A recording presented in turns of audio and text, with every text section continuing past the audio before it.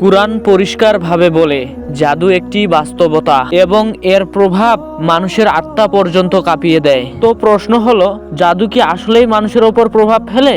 আসুন কুরআন ও হাদিসের আলোকে জেনে নেওয়া যাক। সূরা আল বাকারা আমাদের জানায় মানুষ এমন জাদু শিখত যার মাধ্যমে স্বামী ও স্ত্রীর মধ্যে বিচ্ছেদ ঘটানো হতো।